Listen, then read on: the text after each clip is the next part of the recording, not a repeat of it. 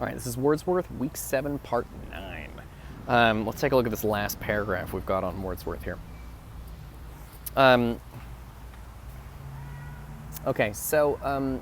He says, but it may be said by those who do not object to the general spirit of these remarks that as it is impossible for the poet to produce upon all occasions language as exquisitely fitted for the passion as that which the real passion itself suggested. I mean, it's impossible to come up with the exact words to go with the feeling if you're not feeling the feelings. It is proper that he should consider himself as in the situation of a translator who does not scruple to substitute excellencies of another kind for those which are unattainable by him. So he says, essentially, a poet is like a translator of feelings. Other people have feelings, and the poet puts those feelings into words.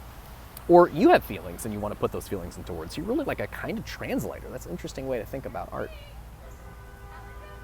And endeavors occasionally to surpass his original, but only in order to make amends for the general inferiority which he feels that he must submit. So he says you might want to try to make your writing better than the feeling, because you know you're going to miss something when you're copying someone else's feelings. So you're not going to get everything right, so you're going to have some defects over here, so maybe you try to make it better to make up for that. And endeavors occasionally, but this would be to encourage idleness and unmanly despair, right? Don't give up, you can handle this. But further, it is the language of men who speak what they do not understand. Like a lot of people say that it's, he says it's not just translating, it's not just exaggerating.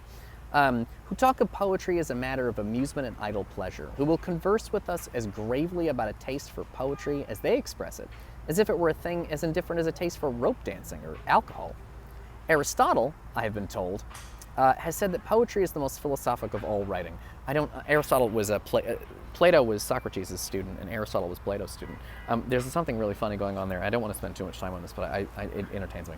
He says, Aristotle, as I have been told, it's cute, because he's trying to make it like he hasn't read Aristotle. He's read Aristotle. Why would he pretend not to have read Aristotle but just heard about it from somebody? Because his whole point is that he says a poet should be like natural and simplistic and easy.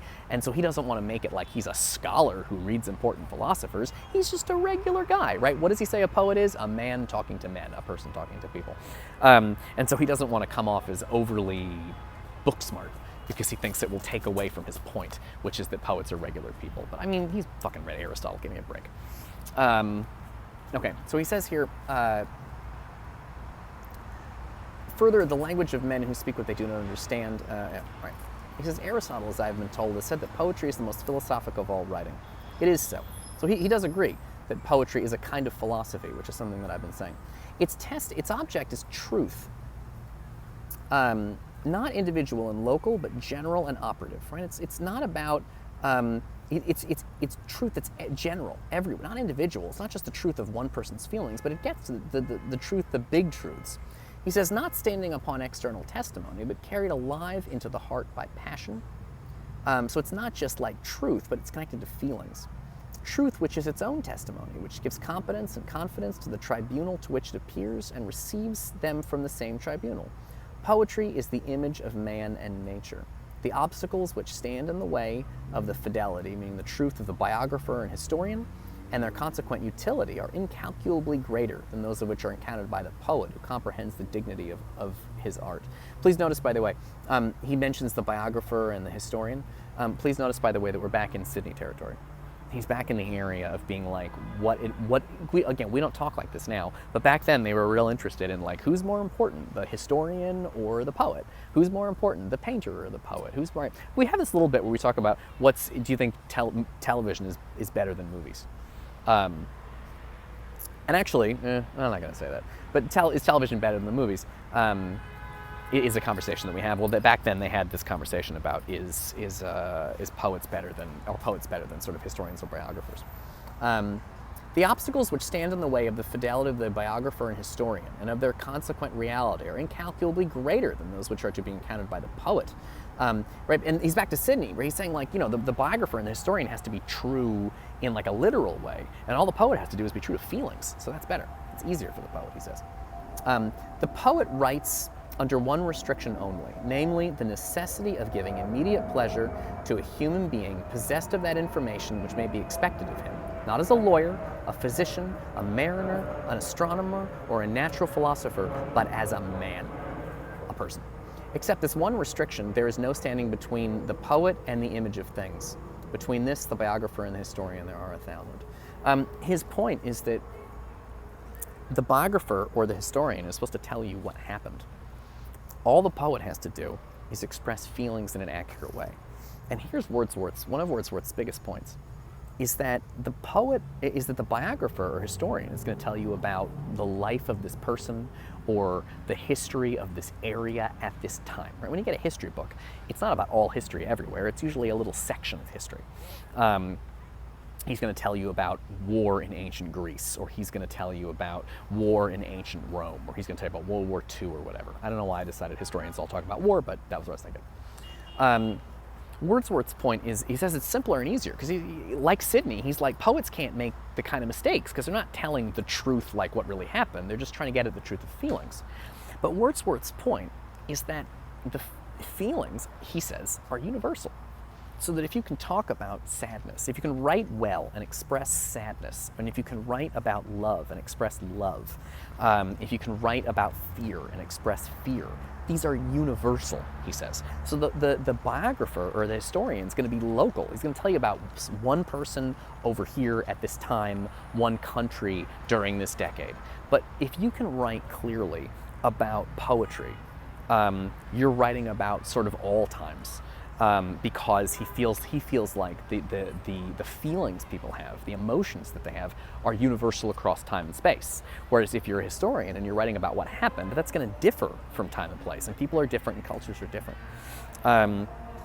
So this is really Wordsworth's big point. This is why he feels that the poet is a regular person who writes about regular people, but in doing so gets at fundamental truths that are universal, because things like love and fear and sorrow and joy are things that people have in common across all nations and all times, whereas one particular war is like a specialized problem for one country at one time. And that's Wordsworth's point. So I mentioned that I want to try to kind of think about the relationship between Wordsworth and this is the beginning of the art and authors unit. In the next video, I'm going to be talking about Hamlet, and in particular the gravediggers. I'm interested in those gravediggers in Hamlet, because the gravediggers are one thing, Wordsworth said he wants to talk about common everyday people. Well, you might notice in Hamlet there aren't any really common everyday people. Everybody's a king or a prince, or a counselor to a king or a prince, right? So it's, you got Gertrude, the queen, and Claudius, the king, and Hamlet's dad, the old king, and Hamlet's a prince, and Fortinbras is a prince, and you got all these important, fancy people. The only regular everyday people you have in Shakespeare are the gravediggers. But the gravediggers are, interestingly, they're the smartest people in the whole play. That's something Wordsworth would really like, and I'm gonna play some videos for you, probably from last semester, but I'm gonna play some videos going over the gravedigger scene to talk about exactly that point. And the other final thing I'm gonna say about Wordsworth real quick before I kind of move on, is that a lot of people feel like if you can get to the emotional heart of something, you'll understand what's going on. So there's this is a famous thing about Shakespeare's Hamlet. Shakespeare wrote a play called Hamlet, and in it there's a character named Hamlet who dies, and before he dies meets his kind of ghost father. Well, somebody noticed that Shakespeare had a child, and Shakespeare's child's name was Hamnet, H-E-M-N-E-T, Hamnet. And Shakespeare's child Hamnet died very, very young, like a toddler. Shakespeare was not just a playwright, he was also an actor. And not a very good actor, but he was an actor. He played small roles. We believe, we're not sure, but we believe that Shakespeare played a role in Hamlet. We think Shakespeare played Hamlet's dad. That's interesting, because if Shakespeare played Hamlet's dad, and he wrote the play about a father and son struggling with things, and the son ultimately dies, and Shakespeare plays Hamlet's dad, but in real life, Shakespeare had a son named Hamlet who died too young, and then he makes a play about a guy named Hamlet struggling with thoughts about death who dies. If you're into Wordsworth, you might think that's the key to understanding what's going on in Hamlet. By the way, I apologize if this pops up in the other videos, but well, I'll figure it out. Anyway, I think we're finished with Hamlet, and I'm going to include that video of me being goofy of the Saturday Night Live video. Okay, and I think we have finished week 7 of class, so thank you for joining me for Wordsworth. Yeah.